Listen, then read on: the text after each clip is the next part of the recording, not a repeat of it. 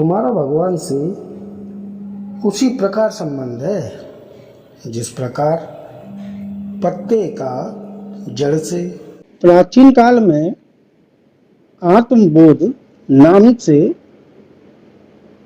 एक प्रसिद्ध महात्मा हिमालय के बर्फिस्तान में झोंपड़ी डालकर रहते थे और कुछ प्रेमी शिष्य उन्हें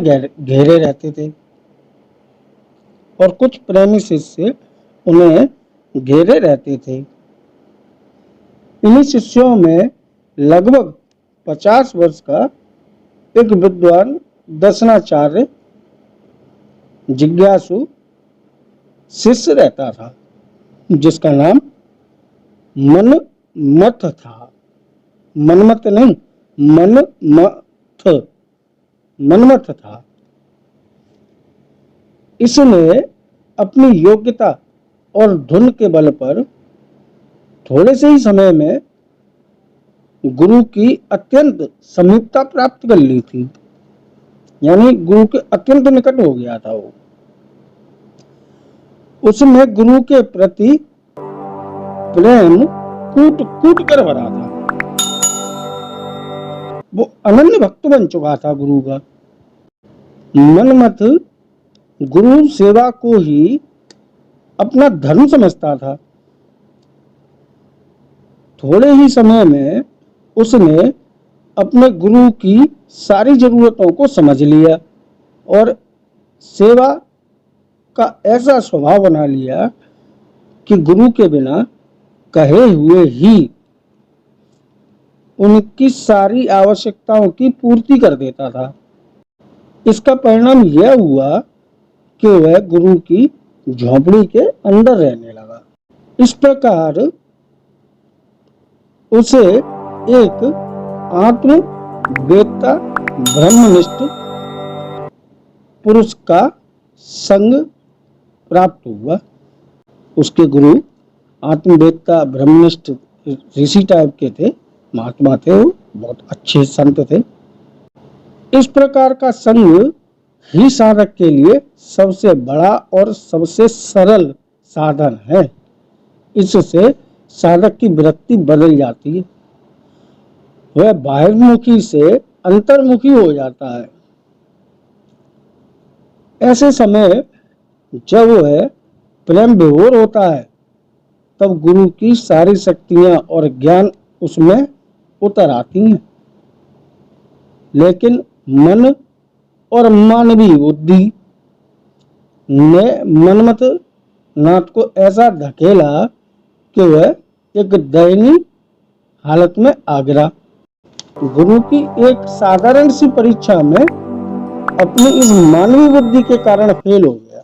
महात्मा आत्मबोध अपने झोंपड़ी में सोते समय सदैव एक मिट्टी के बर्तन में या मिट्टी के कलश में पानी अपने पास रखकर सोते थे।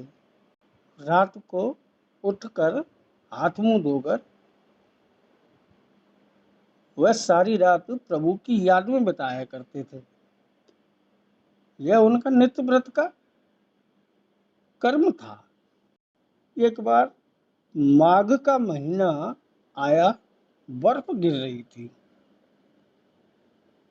महात्मा ने ऐसी लीला रची कि मिट्टी के कलश को एक दिन बाहर ही छोड़ दिया, झोंपड़ी से बाहर छोड़ दिया। कुछ रात बीती, महात्मा अपनी नींद से जागे, क्योंकि उनका नियम था कि वो रोजाना अर्धरात्रि में उठकर प्रभु भजन करते थे और सारी रात उसी में बिताते थे। तो यही उनकी लीला थी। रात्रि में उठे और मनमथ को आवाज लगाई, मनमथ देखो पानी का कलश कहाँ है। मनमथ ने उठकर उसे झोंपड़ी में तलाश किया। पानी का कलश ना पाकर मनमथ बोला, यहाँ तो नजर नहीं आ रहा महाराज। महात्मा ने बताया, बाहर शयन में पड़ा हुआ है, उसे जल्दी लाओ, मुझे जोर से प्यास लगी है। बेचारा मनमथ प्रेम का मारा, बुद्धि से हारा, बोला, महाराज आप अत्यंत वृद्ध हैं, शरीर कमजोर है, बर्फ गिर रही है, ऐसी हालत में बाहर मिट्टी के कलश में रखा हुआ पानी आपके लिए हानिकारक होगा। महाराज बोले, भाई मैं प्यासा हूँ, पानी शीघ्र लाओ। मनमत फिर बोला, मैं अपने हाथ से ऐसा ठंडा पानी देकर आपके जीवन को हानि नहीं पहुंचा सकता, यह मुझसे ना होगा।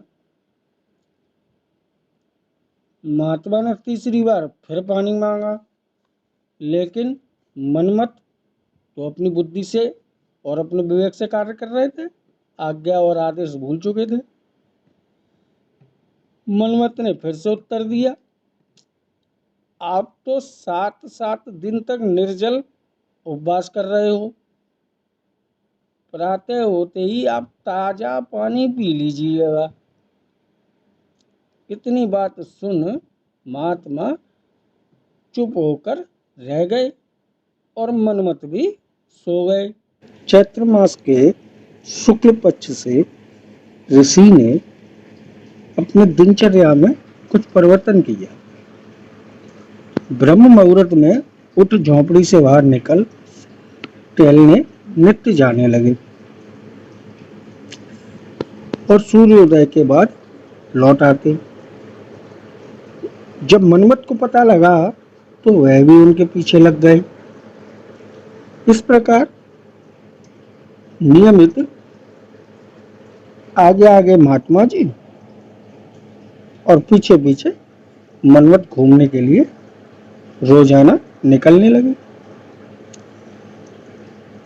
एक दिन माघ के महीने में टहलते टहलते महात्मा जी एक बर्फ की चोटी पर चढ़ते चले गए। मनमत की उम्र उन दिनों महात्मा जी से काफी छोटी थी, लेकिन ऊपर जाते जाते मनमत हाँफने लगे और पसीने से तरबतर हो गए, जबकि महात्मा जी आराम से बर्फ की चोटी पर चढ़ गए और शांति से वहां खड़े हो गए। वहीं जाकर हाँफते थकते मनमत भी पहुंच गए। प्रातःकाल की सूर्योदय की लालिमा लिए हुए आकाश दिख रहा था। उसी समय एक अत्यंत वृद्ध पुरुष, जिनके सारे शरीर पर झुर्रियां थीं, यहाँ तक कि अंदर की नसें भी दिखाई पड़ रही थी, एक एक पसली गिनी जा सकती थी, थोड़ी दूर पर उपस्थित दिखाई पड़े। उन्होंने वहां सारे वस्त्र उतार कर एक पत्थर पर रख दिया और दूसरा पत्थर उठाकर उस बर्फ में मार दिया, जिससे वह बर्फ में छेद हो गया और पानी निकल आया। वृद्ध ने उसी छेद में कूदकर स्नान किया, बाहर निकलकर सारे शरीर को पोंछा और कपड़े पहन संध्या उपासना में लग गए। महात्मा आत्मबोध खड़े खड़े दृश्य को देखते रहे। पूजन समाप्त होने पर पास जाकर विनय पूर्वक प्रश्न किया, महाराज हम लोगों की शंका का निवारण करेंगे, यदि आपको कोई आपत्ति ना हो तो यह बतलाने का कष्ट करें कि इस हिम आच्छादित मैदान में इतनी ठंडी बर्फीली हवा के होते हुए भी आपके स्नान करने का कारण क्या है। सरल उत्तर मिला, गुरुदेव का आदेश था। महात्मा आत्मबोध ने दूसरी शंका प्रकट की, आपको ऐसा प्रतीत नहीं होता कि ऐसा करने से आपके फेफड़ों को हानि पहुंचेगी। उत्तर मिला, गुरु आदेश कभी भी हानि नहीं होने देता। साथी बोल पड़े, आज प्रातः किन मूर्खों का मुंह देख लिया, भगवान भला करे। महात्मा आत्मबोध ने वृद्ध की वाणी सुन अनुनय विनय के साथ अपनी इस दृष्टता के लिए क्षमा मांगी। वृद्ध ऋषि आशीर्वाद दे और अपने रास्ते चल पड़े। इसके बाद महात्मा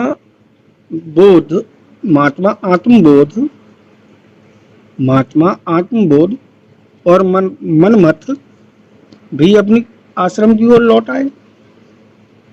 कुछ दिन बीते, महात्मा आत्मबोध मनमथ नाथ से उस घटना की स्मृति कराते हुए बोले, वह कैसा विचित्र पुरुष था जो ऐसी काया और वृद्धावस्था के होते हुए भी बिना हानि लाभ सोचे गुरु आज्ञा की पूर्ति करता रहा। इस संकेत का भी प्रभाव मनमथ पर ना पड़ा। पुनः आत्मबोध बोले, तुमने तो 1 साल पहले मुझे रात भर प्यासा रखा। जिद्दी मनमथ ने अपना पुराना स्वर दोहराया। मैं अपने हाथ से उस अत्यंत ठंडे पानी को पिला आपको कैसे हानि पहुंचा सकता था। इतना दर्शन होने पर भी मनमथ का विवेक न खुला। बुद्धि ने यह स्वीकार न किया कि गुरु आदेश सदैव मंगलकारी होता है। वह अपनी मनमती बातें करता रहा। आखिरकार आत्मबोध बोले, मनमथ मेरा और तेरा क्या संबंध है। उसने विनय पूर्वक कहा, महाराज आप मेरे गुरु हैं। महात्मा आत्मबोध इस संबंध को सुन कर बोल उठे, तू मेरे काम का आदमी नहीं, जा तप कर। साधक के लिए यह घटना एक सीख है। गुरु सेवा शिष्य का पुनीत धर्म है। सेवा व्रत धारण करते समय साधक को इस बात की जानकारी होनी चाहिए कि सेवा का स्वरूप क्या हो। गुरु की सेवा गुरु आदेशानुसार होनी चाहिए। कभी कभी ऐसा देखा जाता है कि साधक अपने आवेश में आकर अपने मतानुसार सेवा का स्वरूप बना लेता है, जिसकी जानकारी शिष्य की क्षमता के बाहर होती है।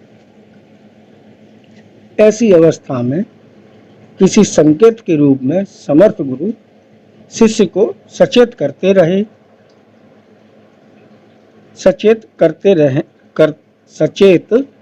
करते हैं और उसे मार्ग पर लाते हैं।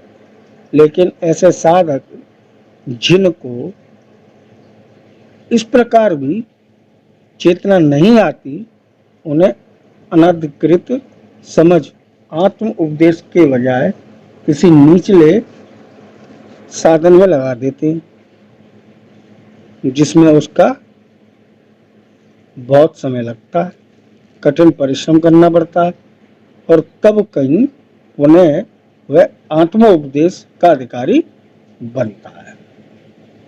तो यह थी आज की हमारी कहानी, मनमथ सेवा।